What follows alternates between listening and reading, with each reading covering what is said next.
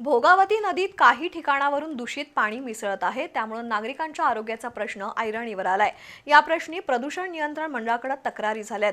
त्यानंतर अधिकाऱ्यांनी भोगावती नदीत ज्या ज्या ठिकाणावरून पाणी मिसळतंय त्या ठिकाणच्या पाण्याचे नमुने तपासणीसाठी घेतले आहेत।